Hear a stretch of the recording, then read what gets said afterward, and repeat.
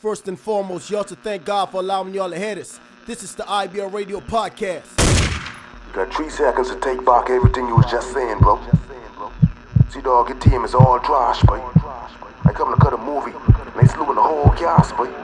Smash your faces so solid, they can't even film you no more. Gotta do the rest of your shit on the IBL Podcast, boy. That's a bar.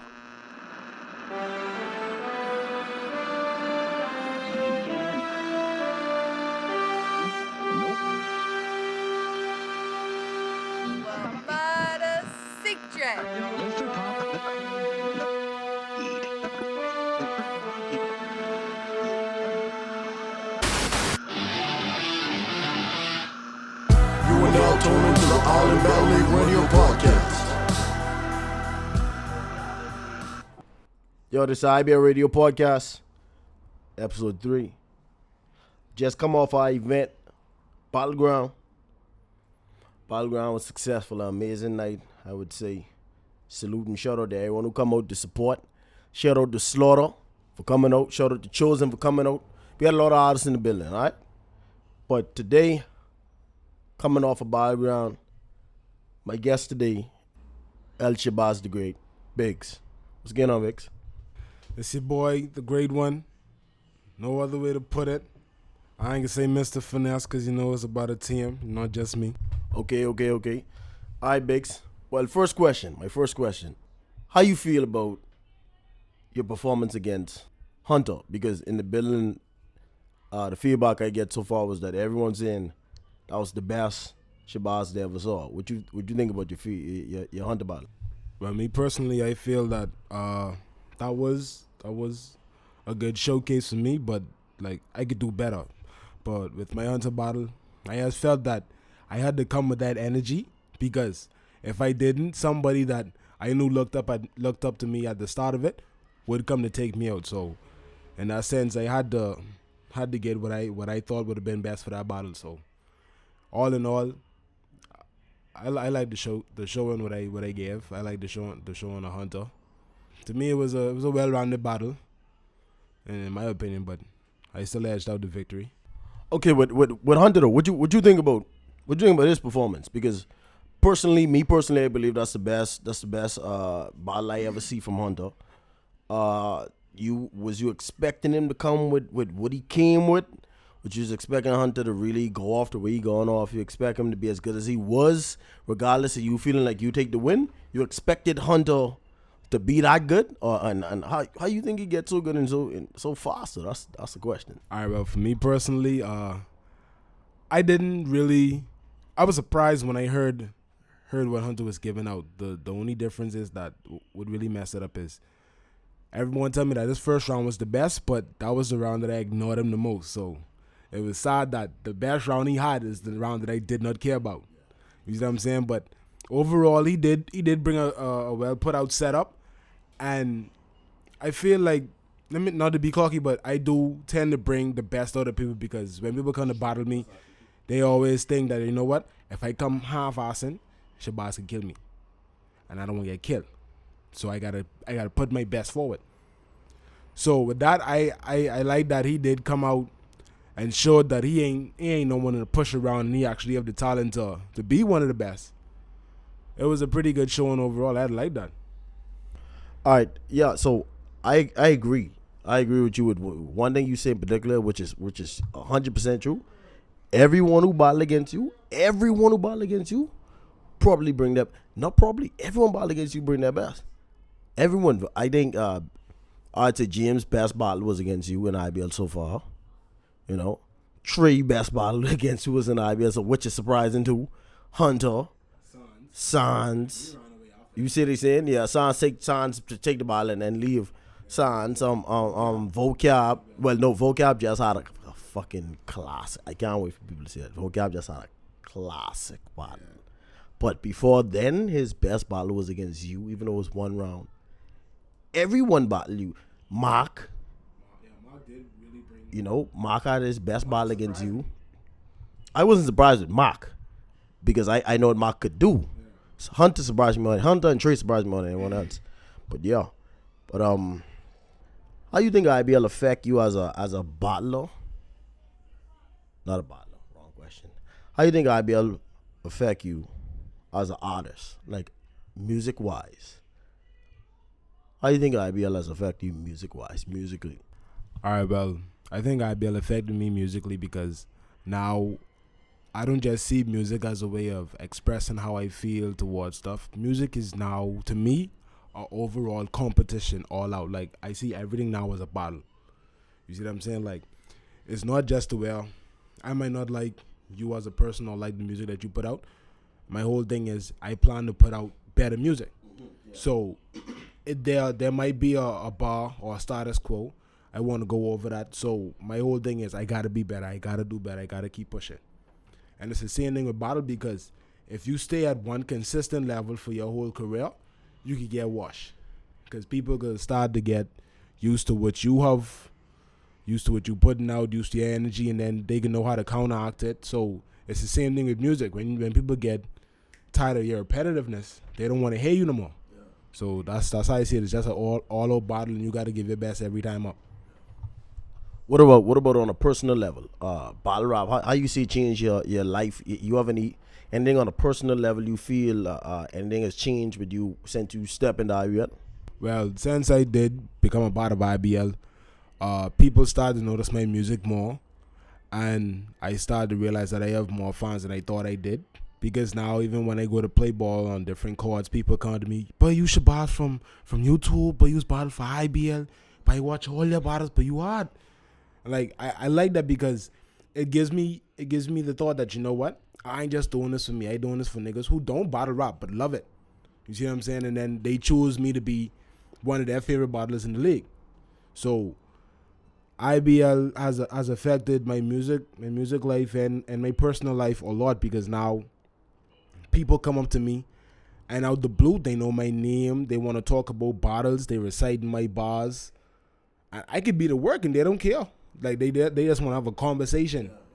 So it makes me feel good now to know that I'm making an impact within something that I like to do. So that's how I feel IBL affected my whole personal life and music life, in my opinion. So tell me something. What make you get into battle rap in the first place? Because when I first meet you, you was just trying to make it doing the music thing. You know what I mean? You wasn't even like I would say now. I would consider you a recording artist now. Then I would say you was a rapper. Now what made you step into the ring, even though you was a battle rap fan and watching it? What made you wanted to be a battle rapper?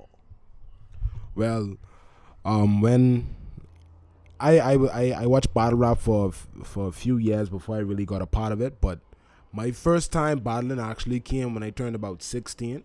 There was this older dude who my cousin knew who was big on rapping. And he came to where we used to chill out. We had a little chill out spot. We played dominoes, and he came and just say, you know what, I just want to battle somebody now. I didn't understand like the whole setup of battling then, but it was just more or less cracking jokes on that part.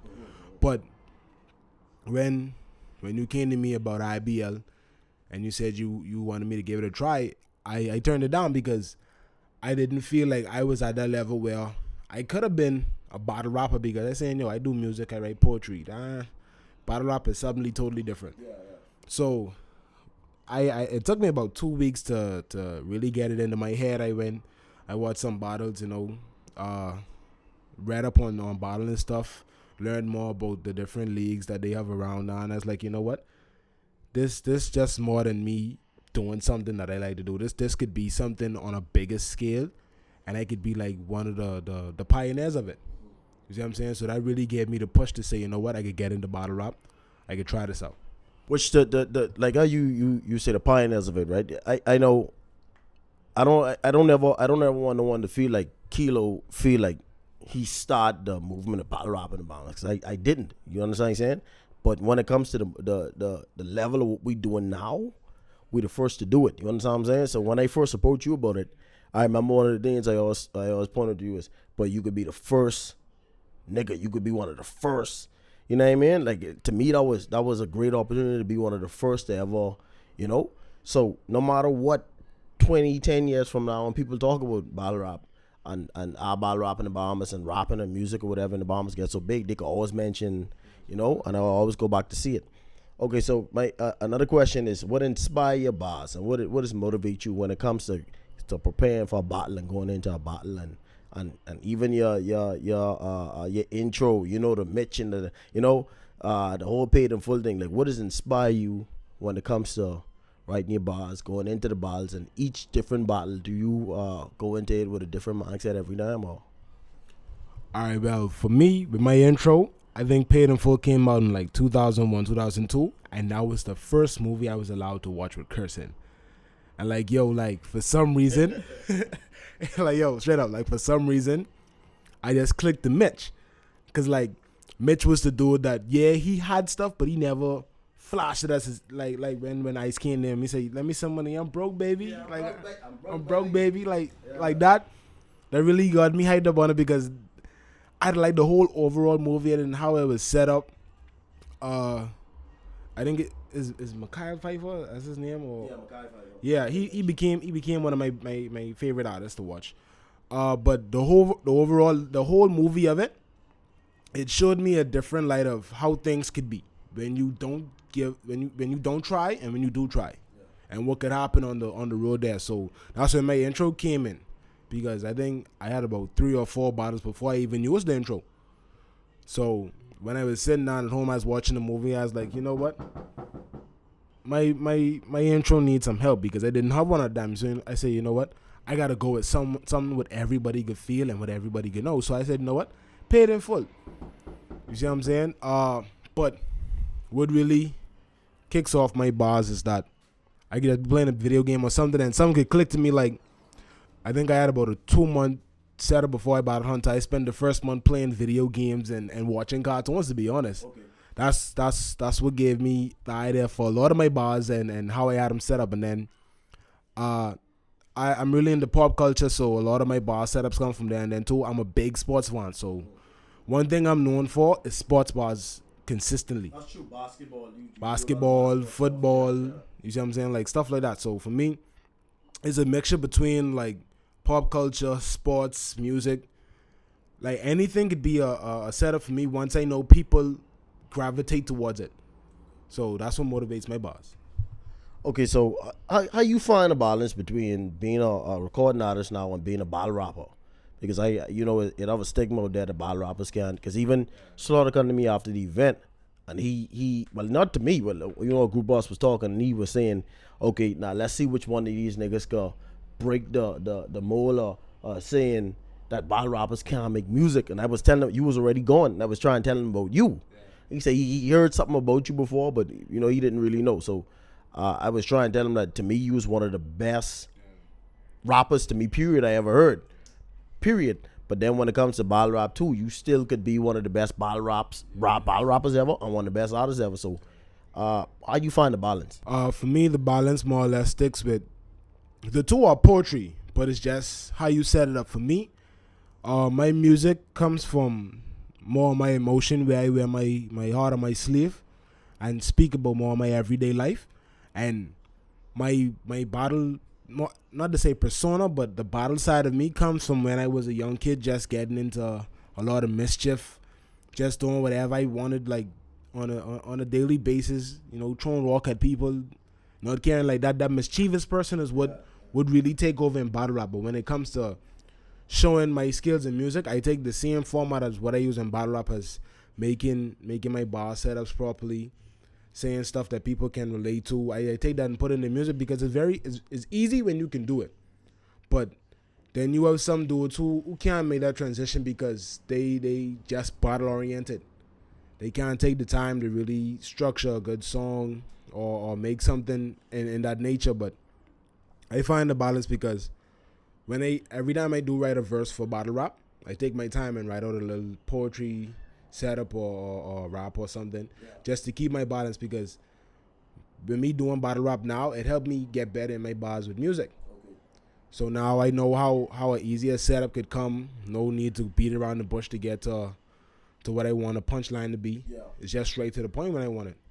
So I think battle rap helped me in music, and music helped me in battle rap, because now I take my flow into battle rap, and then at any point in time I could be spitting slow and then stop, speed it up, do whatever I want. So that makes me more versatile in the two now.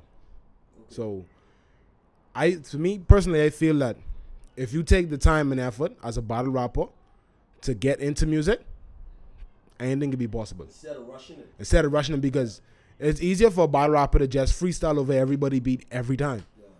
But you'll be known as a freestyle rapper. Instead of making a hit song or something that somebody could actually, get in tune with. There's a difference. So once you take your time and put you into your craft, the ceiling is nowhere. When it comes to recording artists over here, you have any interest in battling any of these recording artists from the Bahamas? And even if not, which ones you would like to see jump into the ring and try it out? Who you think would be successful at doing it? All right, well, for me personally, I wouldn't battle any, as what I call industry rappers, because some of them don't take the craft don't love the craft as much as I do, so they won't give their 100% when it comes to doing that. So I would hate to say I'd battle a industry rapper and then he don't give his 100% when I do, and it looks bad. But rappers I would like to see try battling, it would be between Rocket. I would say Ducky, but I'm iffy on that, because I mean he has his reign in rap and music on the whole. Reign? What you mean reign? He had a time frame of being known, or at least popping. I mean, Ducky known, period. But Yeah, when you say reign, it make it seem like he was taking like he on top of something. No. Nah, I mean, for more or less when it came to being underground, as compared to you, who had hit songs on the radio. Yeah, he does as well. Yeah. You see what I'm saying? Before he had hit songs on the radio, when we was just recording in small cramped rooms and stuff like that. Okay. Yeah, like, because I started doing rap when I was in grade 10, really. Like, started putting out music.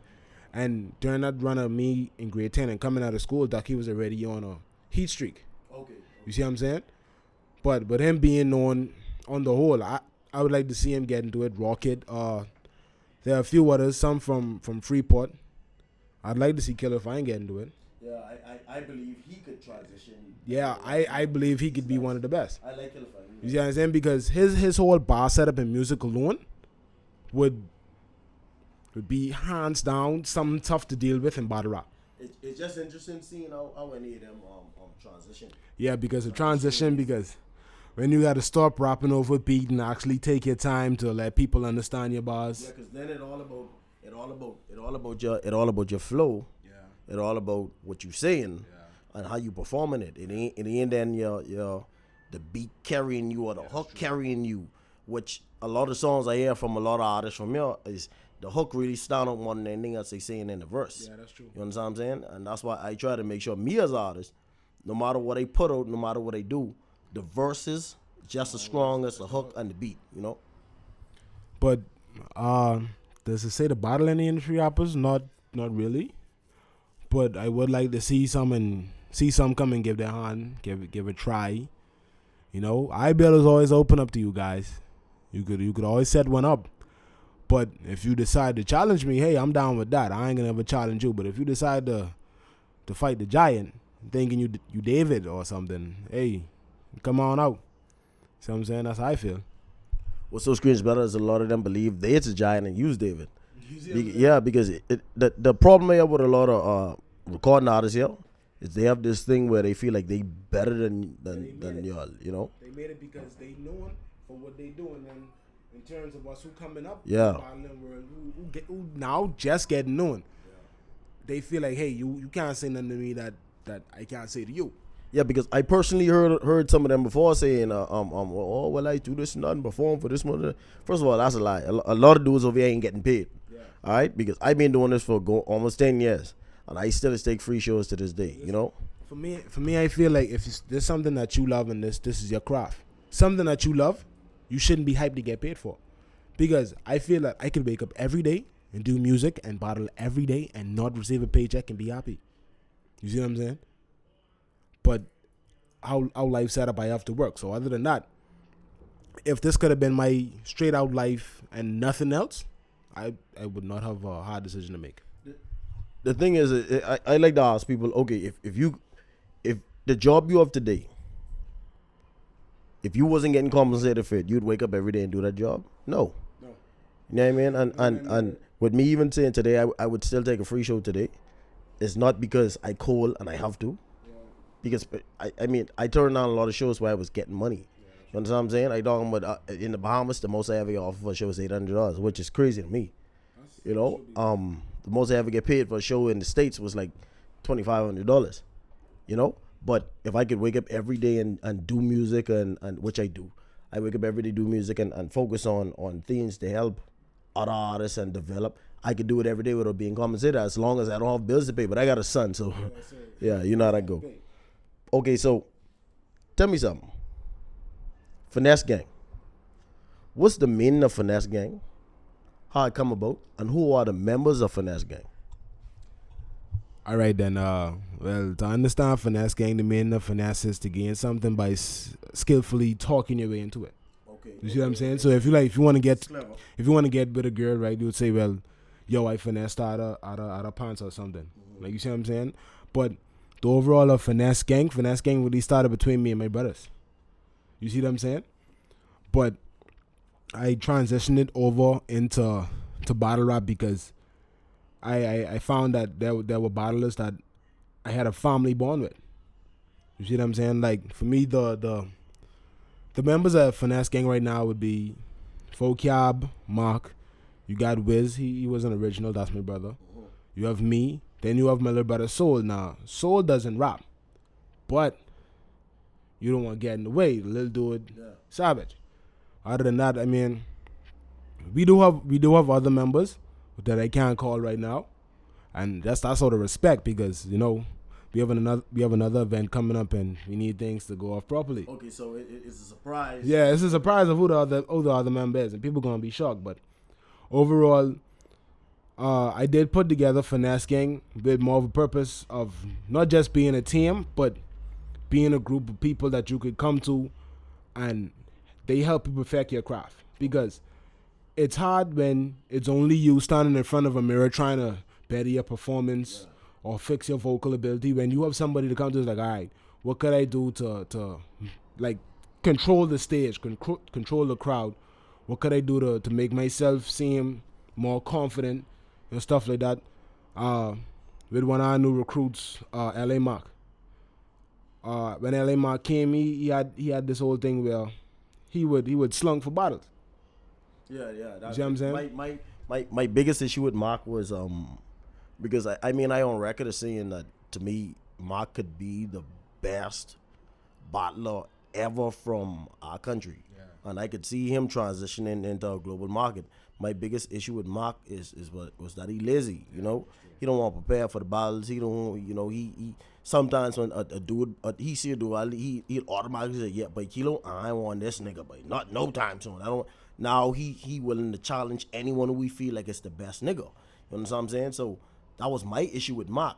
But since I see Mark join with Finesse Gang, Mark have this new confidence and this new swag about him where he feel like, you know, like no one could touch me. You know what I mean?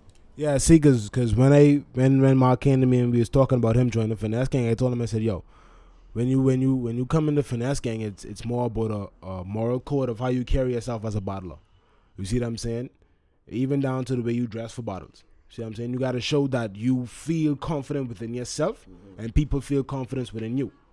You see what I'm saying? So I was telling him that stuff like his stage presence now, Mark came in as a good bottler.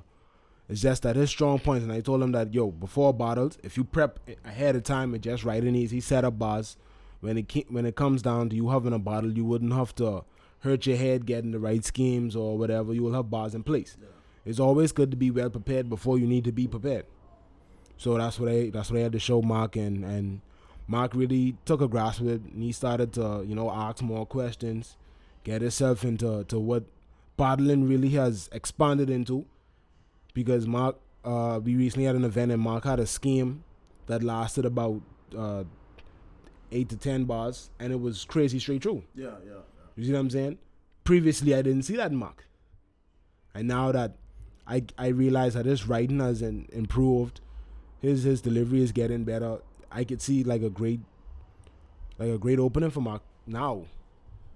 The only question I have about the only question I have about Mark is Mark was a part of Top Class. So with Mark being a part of Top Class, and now you're part of Finesse Gang, I actually, you know what? Tell Mark that I need to get an interview with Mark. You know, because I need him to clarify. What's going on, because it seemed like some dark mob and what you want him name what the click name NWX. It seemed like that right now. Because before Mark would never go against none of the Top Class members, but he went against James or props to kill you. So yeah, and he tell James he'd kill him, and then he go on that jumper, and then he tell Sans he'd watch Sans. So it just surprising to see. But last question I have for you. Music. What music you working on right now? What's your timeline with anything you have going on? What's your focus? If I know we don't have a next event until May, so you got 3 months, realistically maybe 2, a little over 2. So what to look forward to musically? Well, musically, I am working on my project, The Passionate Pursuit. Still getting songs ready for that, but here and there, I still do drop songs. Now, what to look for when I'm dropping it's a go on anything right now, because I have a wide selection of music that I could put out. But for me, it's just gaining the proper hype for the EP. So I'll just be putting out some hype tracks or something that people could gel with, and then take my time to put out some lady tracks. Females really love music, so once you talk to the females and they start talking about you, they're tastemakers, so it just pass on down. But for me personally, I really can't put a time frame on it, because my music also goes with how I feel and my emotion, and sometimes I may feel that the scene prepared yet, or the scene ready. Perfecting it is important. Yeah, because sometimes I may feel like I have something that I could put there, or that I could change something there. So it's just, I don't want to put a time limit on creativity, but hopefully I could bring some new music forward before May, before you see me in my next event, and start the game on fans on the music aspect of it, while I start to grow in the battle world too. See, well, the good thing about hopefully what we doing with IBL is to help get your face, your name, and everything out there. So when you actually do perfect your music and drop it, that you have people who are interested in actually going to try to listen and see what it is. Yeah, let me see. Like our Slaughter was like, let me see which one of these dudes could such and such. Now he may go and listen because okay, this dude is a good battle rapper. Let me see what he can do musically. We're talking about Slaughter. The funny thing is, before me and Slaughter met to the event, I talked to Slaughter about 2 weeks previous. And my little brother got the conversation going between me and him, and he's saying that, yo, this dude bad, he could sing, he could rap and all that, and he's like, I was telling him about you, so me and Slaughter had a little back and forth, and I was letting him know that, yo, I heard some of your music, I like it, and he's like, yo, we could always get together and try something out. He's in, but he was really pleased with what I did battle rap wise. See what I'm saying? Because he's saying that for the time limit of him like checking out battle raps, he hasn't seen nothing of that caliber. Okay. You see what I'm saying? So he was really ecstatic about that. But shouts out to him, shouts out to Chosen, shouts out to Stunner. We had a lot of artists in the building, and it made me feel good, because that means that people from the industry side of it, or who musically known, really taking a love into battle rap in the Bahamas now. So hopefully that helps us grow to a large extent. But overall, I'm really glad that IBL was put forward, because it gives those who don't do music a big chance to be known for their rap skills. Because a lot of times that I know rappers that are great, but they don't have nowhere to showcase it. They don't have no musical setups as to where they could go and perform. It's starting to gain more of them now, but like in the years before, it wasn't much to say just jump on and go to an open mic or something. So I'm glad that IBL is here now to get dudes' faces out and help dudes grow musically in their career, battle rap wise, and become a better person, in my opinion. And on that note, I just want to say a lot of the dudes suck musically. Yeah, that's just my opinion. A lot of these niggas, they suck musically, all right? And they would be very good in the battle rap arena, but it's just a lot of egos where they feel like, oh, that below me. You know, if you think it below you, bro, and every time we put out a video on YouTube and everything, we got a Hitman Holler watching it, and we got a Flippin' Smock would watch it, or Charlie Clips and Tay-Rock, these dudes I talk to myself, you know what I mean? When you could get free publicity, free videos online and everything, ain't some shit you got to pay for, you understand what I'm saying? If you feel like that below you, then shit, all right? You don't got no need to be here. You don't need our help, all right? But when it comes to the artists who support, you know, shout out to MDs. He been on our events. Shout out to my brother Chosen, you know what I mean? Sly, he being for the first time, you know. I let everyone get around when they come around, you know. First time being to the event, and he said he apologized to everyone for missing any event, you know, because he feel like this was awesome, and he should have never been missing in the first place. So you know, all them. I brought one of my Defense Force homies out, and he was surprised. He's like, yo, that's what I've been missing all the time. Yeah. He's like, boy, whenever y'all having these, I'm gonna be there. And then like I have girl. The thing is, with people Snapchatting the bottles, I gained a lot of fans even through that, because now going on Facebook and Twitter now, you see people saying Finesse Gang or tweeting Finesse Gang. It makes you feel good, you see? You know what I'm saying? So now we got to get the Finesse Gang moving, get the Finesse wave on the roll. You know what I'm saying? Finesse Mania to the world. All right, so IBL, we about to have some merchandise for y'all to purchase soon. We about I guess Finesse Gang have some merchandise for y'all to purchase soon. Every bottle, the prettiest light-skinned girl get a Finesse Gang shirt. All right, so Big say every bottle, the prettiest light-skinned girl in the building get a Finesse Gang shirt. No discrimination. If you're dark-skinned and you're fine too, you get one. You know, yeah. As long as you look good, you get one. All right. And he said he doing something for the fat guys too, because yeah, fat niggas like fat guys. I don't know why, but anyway, IBL Radio. Shout out to Shabazz. We out.